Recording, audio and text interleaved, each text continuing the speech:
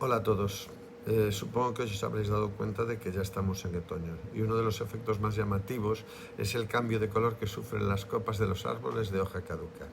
Estamos acostumbrados al color verde de las hojas y ese color es debido a que los compuestos químicos presentes en las hojas, el más abundante es la clorofila, que precisamente es de color verde, como ya sospecharéis.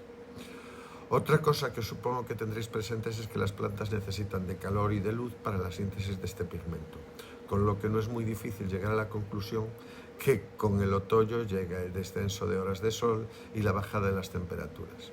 Su producción, la de la clorofila, disminuye y estas moléculas empiezan a desgradarse. Con la llegada del frío, las caducifolias se preparan para aguantar el invierno. Los árboles de hoja caduca entran en un estado de adormecimiento que les permita sobrevivir al frío con el mínimo gasto hídrico y energético. La transición de este estado es el responsable de que el verde se transforme en los colores que caracterizan el bosque otoñal. La química, que es nuestra amiga, lo explica muy bien. Tenemos que tener presente que las hojas contienen numerosos tipos de pigmentos, que también se conocen como biocromos. Químicamente hablando, son sustancias capaces de absorber luz de longitudes de onda diferentes y de forma selectiva.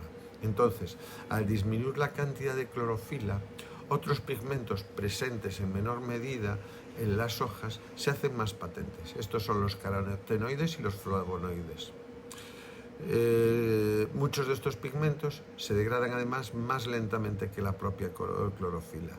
Eso se traduce en ese amarillamiento que observamos en las hojas. Sin embargo, si nos fijamos en lo que ocurre a lo largo del mundo, sabemos que en Europa el color predominante del otoño es ese amarillo del que hablábamos, mientras que en Norteamérica o en el Extremo Oriente el otoño se ilustra con tonos más bien rojizos. Así que tenemos que volver a recurrir a nuestra amiga, la química, para explicar las diferencias entre los bosques europeos y los bosques, por ejemplo, de Nueva Inglaterra. En Europa, como hemos dicho, son los carotenoides y los flavonoides los que aportarían ese color amarillo y que se vuelven dominantes frente a la clorofila y se hacen visibles, mientras que las caducifolias norteamericanas o del Extremo Oriente, al llegar a otoño, a medida que la clorofila, la culpable del color verde, desaparece, se sintetizan unos nuevos compuestos conocidos como antiocianinas, que son pigmentos rojizos. Esta sutil diferencia es debida a algo que ocurrió hace más de 35 millones de años, ya que el cambio evolutivo se produjo porque en un momento dado que los árboles fueran capaces de invertir parte de su energía en el proceso de preparación para el invierno, en la síntesis de antiocianinas, se debe a una larga batalla evolutiva entre los árboles y los insectos que se hospedaban en ellos, que absorben los aminoácidos de las hojas en otoño, para después desovar en perjuicio de las plantas. Las plantas optaron por la síntesis de esta sustancia que cambia las hojas de amarillo a rojo para ahuyentar precisamente a estos insectos. Los áfidos, como los científicos llaman a los pulgones, evitan poner sus huevos en las hojas con antocianina, que las plantas fabrican como señal de peligro, productos químicos defensivos. ¡Tan, tan! Así, el beneficio es mutuo. Los pulgones saben cómo eludir las plantas que podrían matarlos y éstas consiguen evitar infestaciones. Esto es lo que se conoce como coevolución entre un parásito y un hospedador.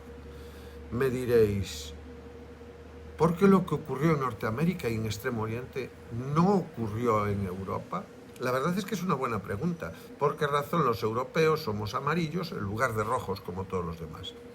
Pues esto no va a ser la química que lo explique, sino las características geográficas de cada zona.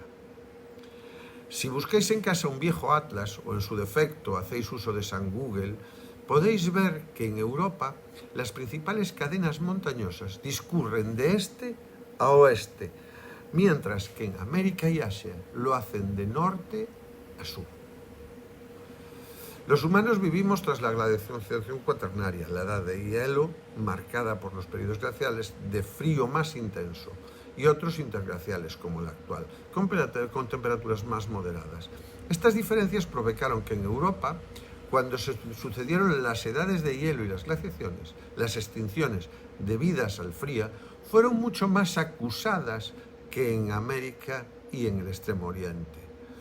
Muchas especies de árboles no lograron sobrevivir al frío, incluyendo los insectos que las infectaban.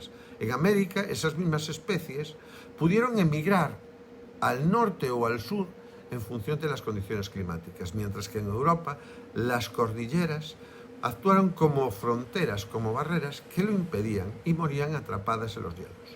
Libres de infestaciones, los árboles europeos pudieron prescindir del caro peaje de producir la antocianina. Las plantas que resistieron a las heladas no les hizo falta dar el paso de sustituir el color amarillo de sus hojas por el rojo. Pero tranquilos, el cambio climático ya ha afectado a los momentos de floración y a la caída de las hojas, por lo que los contrastes en el otoño a lo largo del mundo podrían ser cosas del pasado. Espero que os haya parecido interesante. Si es así, dadle a me gusta, suscribiros al canal y cuando me apetezca grabaré el siguiente. A todo esto ya sabéis, sed buenos si podéis. Chao, chao.